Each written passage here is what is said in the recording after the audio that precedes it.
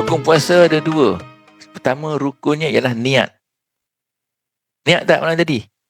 Ya, Alhamdulillah. Kecuali orang tak sahur. Dan orang tak pergi tarawih. Biasa lepas witir tu imam akan pesan.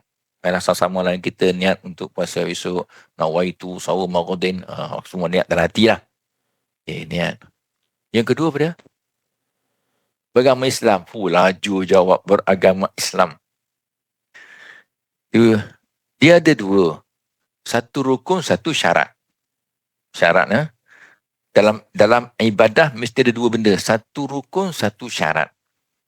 Syarat-syarat sah. Syarat-syarat untuk mengerjakan solat. Syarat-syarat untuk mengerjakan puasa. Syarat-syarat orang yang nak mengerjakan haji, dia mesti Islam. Itu syarat. Jadi kalau orang tu tak Islam, dia tak disyaratkan. Mesti berkemampuan.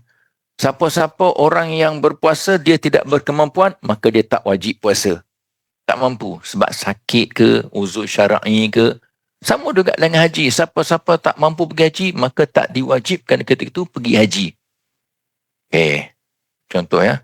Berkemampuan. Syarat puasa lagi, mesti dia bermukim.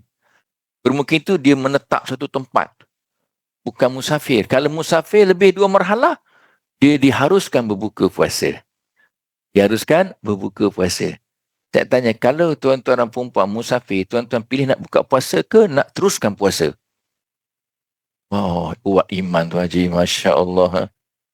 Buka puasa, subhanallah. Memang.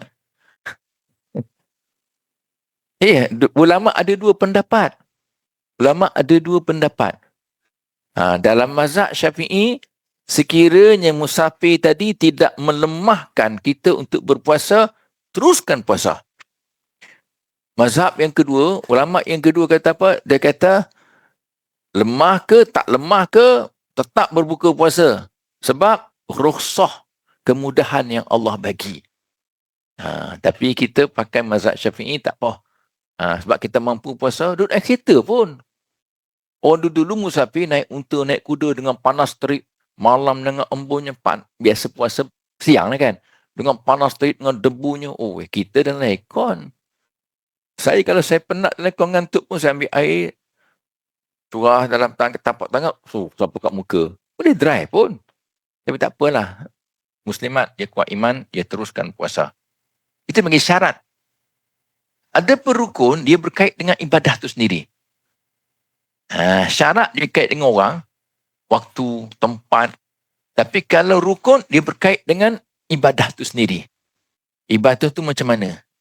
Jadi, rukun yang kedua, puasa ialah menahan diri daripada melakukan perbuatan yang membatalkan puasa. Dia tak boleh makan, tak boleh minum, tak boleh, apa lagi? Jima. Perempuan semua tahu, subhanallah ya. Alim sungguh. Ya. Lagi. Orang lelaki yang keempat tidak boleh korek tak hidung je. Ya. Boleh korek tak hidung? Batal tak puasa? Kenapa tak batal? Tak sampai ke rongga.